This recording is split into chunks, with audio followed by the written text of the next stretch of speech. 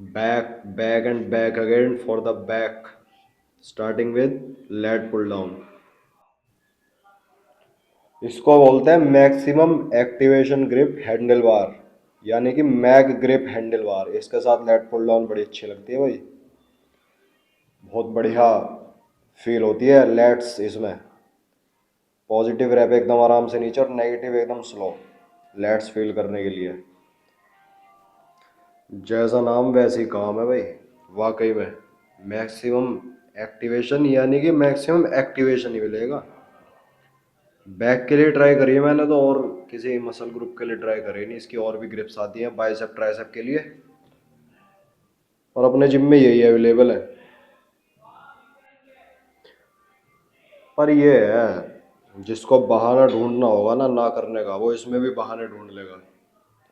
वो दुनिया की सबसे बढ़िया जो इक्विपमेंट्स होते हैं ना वेट ट्रेनिंग के, उनको भी दोषी ठहरा देगा, उन पर भी इल्ज़ाम लगा देगा, जिसको मेहनत नहीं करनी होगी।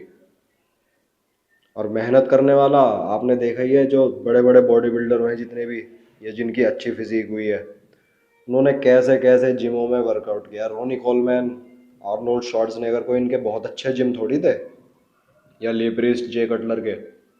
ये तो जब काफ़ी सक्सेसफुल हो गए उसके बाद इन्होंने बढ़िया जिमों में जाना शुरू किया।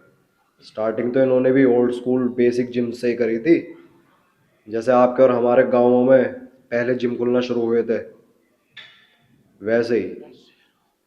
तो देखो, इक्विपमेंट कोई भी हो, सबसे पहले आती है बंदे की बॉडी, पॉस्चर।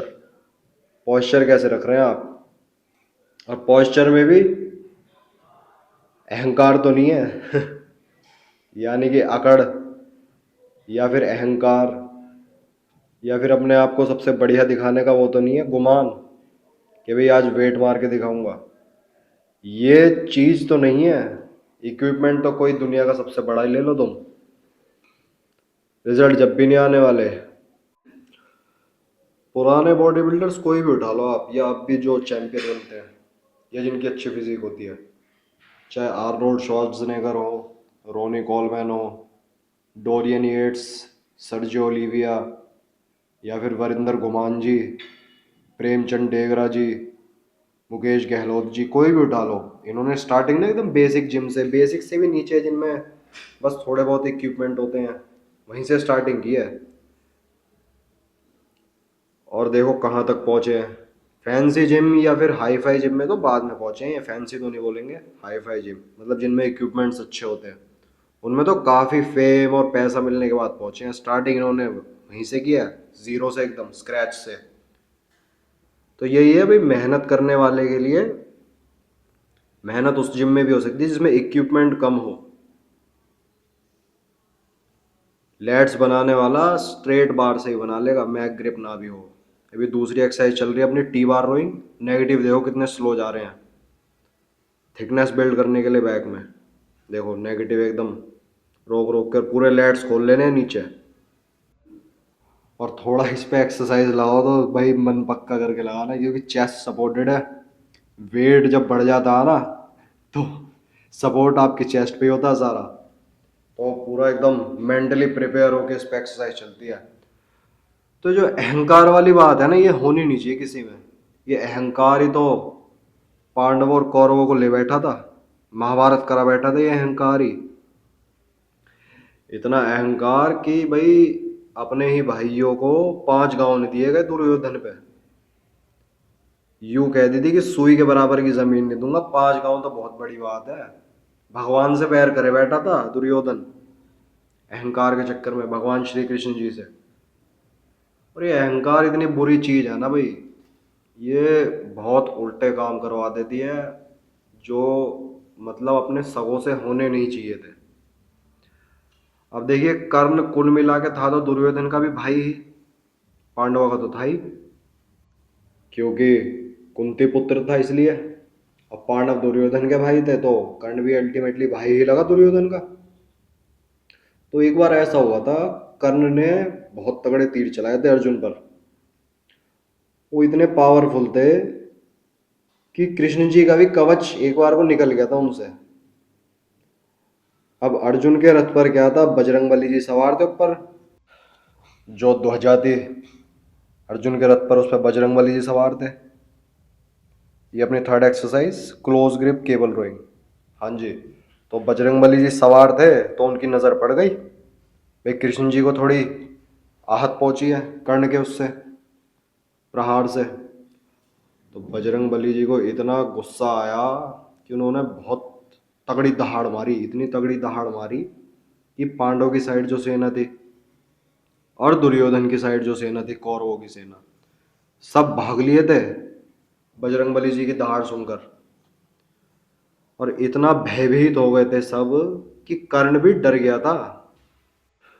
और जैसे ही बजरंगबली जब अटैक करने को चले कर्ण की ओर, जैसी दिशा करी अपनी, तभी कृष्ण जी ने रोक लिया कि हनुमान ऐसा मत करो, मेरी तरफ देखो। हनुमान जी ने कृष्ण जी की तरफ देखा, तो जब देख रहे थे ना हनुमान जी, तो कर्ण की तरफ बड़े डरावने उसमें देख रहे थे कि कोई भी होता ना मर जाता उस टाइम, और हकीकत में यही था। तो कृष्ण जी ने कहा कि ये राम जी वाला युग नहीं, ये महाभारत का युग है। इसमें आप किसी की तरफ दृष्टि भी करेंगे ना, कर्ण की तरफ अगर देख भी लेंगे, वो मर जाएगा और बहुत बुरी तरीके से, इसलिए किसी को देखो मत।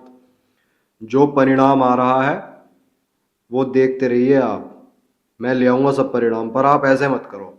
फिर हनुमान जी शांत हुए थे उस टाइम। हनुमान जी ने इंटरफेयर फिर नहीं करा था उस युद्ध में।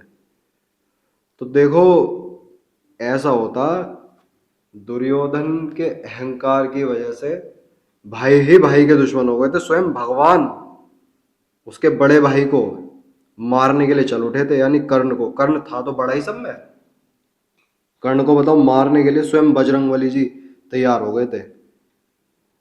और इतनी बड़ी बड़ी चीजें हुई जो किसी परिवार वाले को करनी ही नहीं चाहिए थी, और परिवार वालों को सहनी नहीं चाहिए थी। मतलब ऐसी ऐसी चीजें हुई। देखिए कर्ण के छोटे भाई की बहू थी द्रौपदी।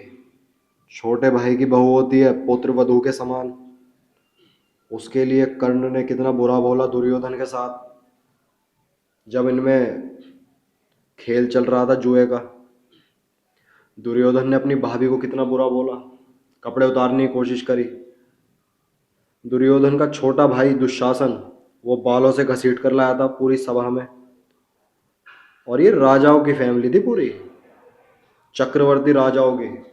उस समय चक्रवर्ती राजा की वधू होते टाइम उसके साथ ही हो रहा था ये, केवल किस कारण से? अहंकार के कारण से। तो देखिए अहंकार तो किसी भी फील्ड में, मतलब अपने आप को शांत रखो और परिवारजनों के साथ संधि बनाकर रहो। एक बार ये बीज बो जाता है ना, जब नफरत और अहंकार का, नफरत बहुत थी, इस अहंकार ने जिस नफरत को जन्म दिया था ना, नफरत भी बहुत थी दुर्योधन में भरी हुई।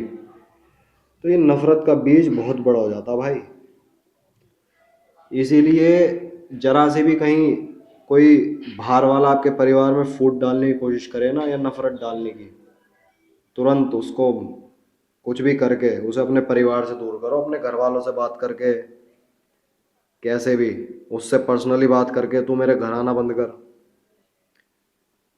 ये नफरत का बीज बहुत ज़्यादा तोड़ देता है इंसान को, इतना ज़्यादा तोड़ देता है ना कि ये सुसाइडल केसेस, ये मर्डर के केसेस जब ही बढ़ जाते हैं इतने। अब देखो ये क्लोज ग्रिप मैग ग्रिप है, क्लोज ग्रिप वाली, इसमें क्या लेट्स एकदम नीचे तक फील हो रहे हैं। देखिए नेगेटिव कितना स्लो जा रहा हूँ मैं, इसलिए पूरी विंग्स की तरह अपने लेट्स खोलते हुए। और ये ना थोड़ा स्यूपिनेटेड है। स्यूपिनेटेड मतलब, अभी दूसरे एंगल से दिखाऊंगा, पाम्स थोड़ा मुझे फेस कर रहे हैं इस एक्सरसाइज में, पाम्स मेरी तरफ हैं। इसमें एडवांटेज क्या, एकदम नीचे तक पुल डाउन कर सकता हूँ मैं, जितनी मेरी बॉडी अलाउ करती है मेरे को, और यही कर रहा हूँ। और देखिए नेगेटिव कितना स्लो। तो देखिए अहंकार का बीज भाई खत्म कर दीजिए। ये न्यूक्लियर फैमिलीज जितनी होती जा रही है ना, उतना ही नफरत और अहंकार बढ़ता जा रहा। ये खत्म हो, परिवारवाद आगे बढ़े, परिवार में प्रेम आगे बढ़े, तभी गाड़ी आगे सही चल सकती है। स्वर्ग तो जीते जी दिख जाएगा उसे, जिसका परिवार एकदम खुशहाल होगा, 4 लोग हैं परिवार में, तो चारों साथ बैठकर रोटी खा रहे हैं शाम को। ये अपनी last exercise rack pulls, same weight के साथ ये 80 किलो के साथ। जितने भी सेट होंगे 80 किलो से ही होंगे। वेट नहीं बढ़ा रहा मैं बिल्कुल भी आज। थोड़ा रैप ज़्यादा निकालने की कोशिश कर रहा हूँ क्रिसमस ट्री बिल्ड करने के लिए। क्रिसमस ट्री आपको बता ही रखा है, rector spine muscle, lower back की मसल, कितना अच्छा सेपरेशन आता। और ये जिसने अच्छे से कर ली ना, स्लिप डिस्क तो होएगी नहीं उसे कभी जीवन में। स्लिप डिस्क से बचने के लिए बहुत अच्छी एक्सरसाइज है, और पोस्चर ठीक करने के लिए अपना। तो यही है आज का वर्कआउट बैक का। और एक छोटा सा मैसेज नफरत ख़त्म करने के लिए, सबके लिए।